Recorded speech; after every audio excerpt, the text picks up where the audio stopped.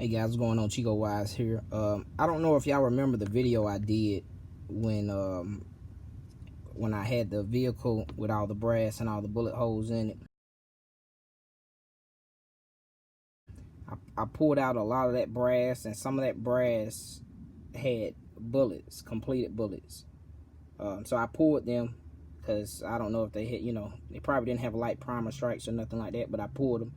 I'm gonna salvage the bullets, the brass, and the powder. It's gonna go in my yard. Good fertilizer. But anyway, I'm coming to you to tell you about, reloaders. People ask why we reload. These are the charges that I pull out of those bullets. So the first case, that WMA military brass 9mm, it was a flat point. This one right here. If I can get it out. Hands a little slippery. There we go. Flat point bullet. This bullet had been pushed back, set back real far in the case. So I definitely wasn't going to shoot that. All these bullets look just like this with this hollow base. Let's see if y'all can see that. It's got the hollow base on it. All right. So this one, when I pulled the charge, I don't know what kind of powder it is. It had 5.7 to 5.8 grams. I mean grains, not grams. The next one, Winchester. Let's see if it's going to show. Is it going to show? I don't have my tripod right now. Plus I'm using my iPad. But yeah, that's Winchester 9mm FMJ.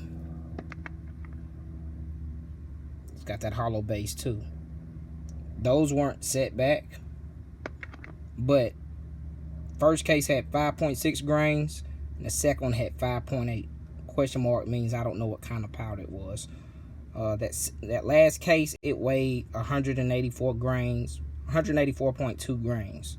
So I'm just coming to a quick video to say, as reloaders, I'm sure we do a lot better than that. The same ammo right here, these last two cases. That bullet, that case, and this case, Winchester. Factory ammo. Yeah, I know all of my charges are within 1/10 of a grain. So, go figure, as reloaders, we make our ammo more consistent. That's basically what this video is about. So, just wanted to share with you guys. Now, that one appeared to have a light primer strike on it. So I'll probably pop that primer myself, chamber it in one of my firearms, and get rid of that primer, because to me it's no good. But this was the one with the flat point, and it was seated back. It was like way pushed back. I should have took a picture before. It's hot in the dirty South. But I'm gonna get rid of this light primer strike in my car. Let's find out if it chambers. Well, it will chamber because I'm about to chamber it myself. This is only a case. Nothing in it, just a primer. Ear protection, eye protection. Don't forget, Chico. Damn, that was pretty loud.